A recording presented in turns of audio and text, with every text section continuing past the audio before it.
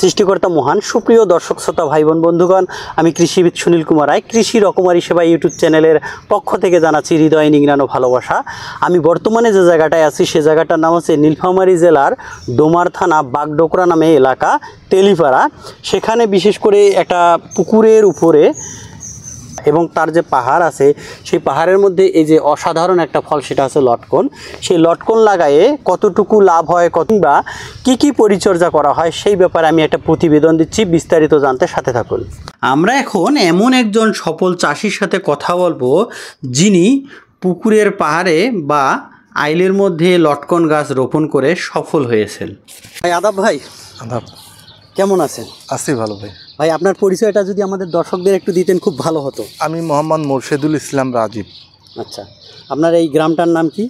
এটা হচ্ছে বাগডোকরা, বাগডোকরা 7 নং বোরাগাড়ি ইউনিয়ন, ডোমা নীলফামারী। তো আসলে আমরা যেটা জানতে চাচ্ছিলাম যে আপনার তো এটা পুকুরের পাহাড়ের মধ্যে বিশেষ করে লটকন লাগাইছেন, তো আসলে আপনার কাছে এই লটকনটা কেমন একটা ফসল মনে হয় একটু যদি আমাদের দর্শকদের বলতেন।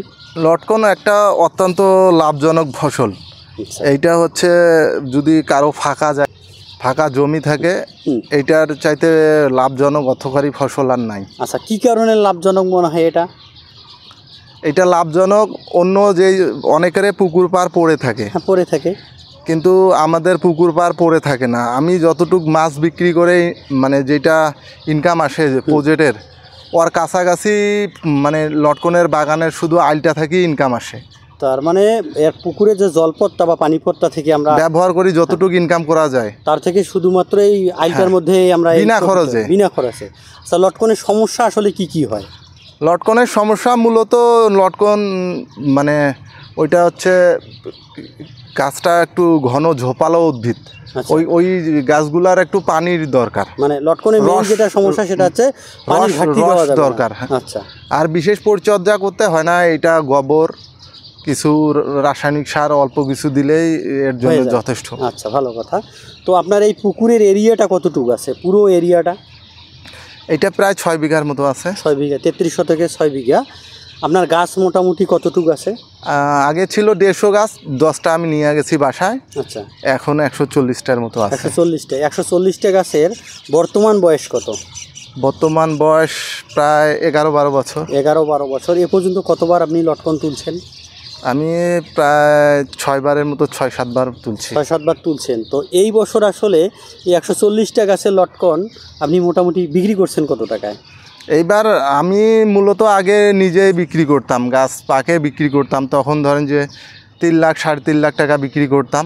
কিন্তু এইবার আবহাওয়াজনিত কারণে ফলের মানটা একটু খারাপ হয়ে গেছে, কম হয়ে গেছে, রস জমিতে কম ছিল।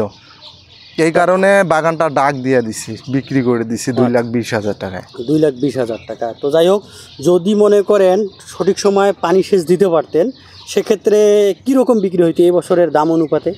এই বছর দাম অনুপাতে কন্ট্রাক্ট দিলেও ধরেন যে 3.5-4 লাখের মতো যাইতো, আর এমনি নিজে রাখে বিক্রি করলে 5-6 লাখ টাকার। আচ্ছা, ভালো কথা।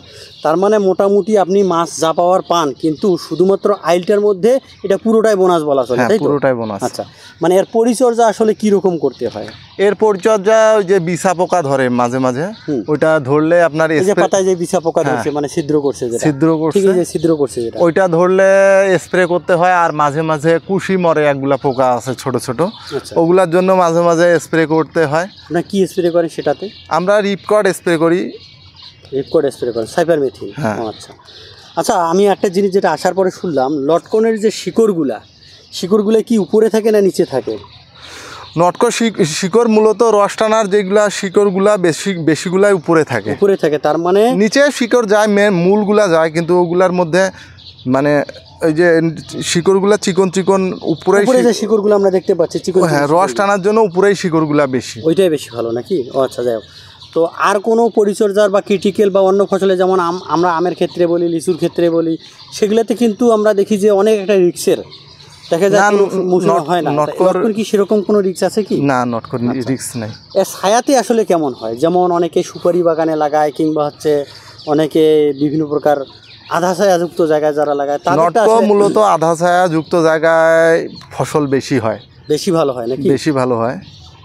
কিন্তু ওইটা এই ফসল আধা ছায়া জায়গা বাদ দিয়েও রোদালো জায়গায়ও ভালো হয়। যেমন আমার প্রজেক্টটার এই জায়গাটার কিন্তু কোনো দুই সাইডে কোনো গাছ নাই, কিন্তু আইল তারপরেও ধরেন যে ফল ভালো হয়েছে। আচ্ছা, রোদালো জায়গার জন্যও ভালো। আমরা যেটা দেখলাম পরে থাকা জায়গাও হয় ভালো। তবে আমরা যেটা শুনলাম সেটা হচ্ছে এই বছর যে আপনি পাইপলাইন যেটা করছেন, এই পাইপলাইনটা যদি আগে করতে পারতেন সেক্ষেত্রে তো মনে হয় এবছর আর প্রোডাকশন আরো ভালো হতো। হ্যাঁ, প্রোডাকশন বললাম যে আগে যতগুলা টাকার কথা ওইরকম বিক্রি হইতো। এর আগেই তো ধরেন যে 3.5 লাখ 4 লাখ টাকা আমি বিক্রি করছি গত বছরের আগের বছর। গত বছরও আবহাওয়াজনিত কারণে ডিস্টার্ব ছিল, তার আগের বছর মনে হয় অনেক ভালো ছিল। হ্যাঁ, তখন 3.5 লাখ টাকা বিক্রি করছি, আর গত বছর 2.5 লাখ টাকা বিক্রি করছি। এইবার একটু কম আবহাওয়ার কারণে মানে পানিই হয়নি এইবার, এই জন্য আমি স্প্রিংকলার যন্ত্র এইবার সেটিং করছি। তবে যাই হোক, এবছর যেহেতু আপনি সেচের জন্য একটা ব্যবস্থা করছেন, সম্ভবত সামনের বছর অবশ্যই ভালো একটা ফল আশা করা যায় মনে হচ্ছে। যাই হোক, তো ধন্যবাদ রাজীব ভাই, আপনাকে অসংখ্য ধন্যবাদ যে অন্তত এত সুন্দর একটা মহামূল্যবান প্রতিবেদন দেওয়ার জন্য। আপনাকেও ধন্যবাদ।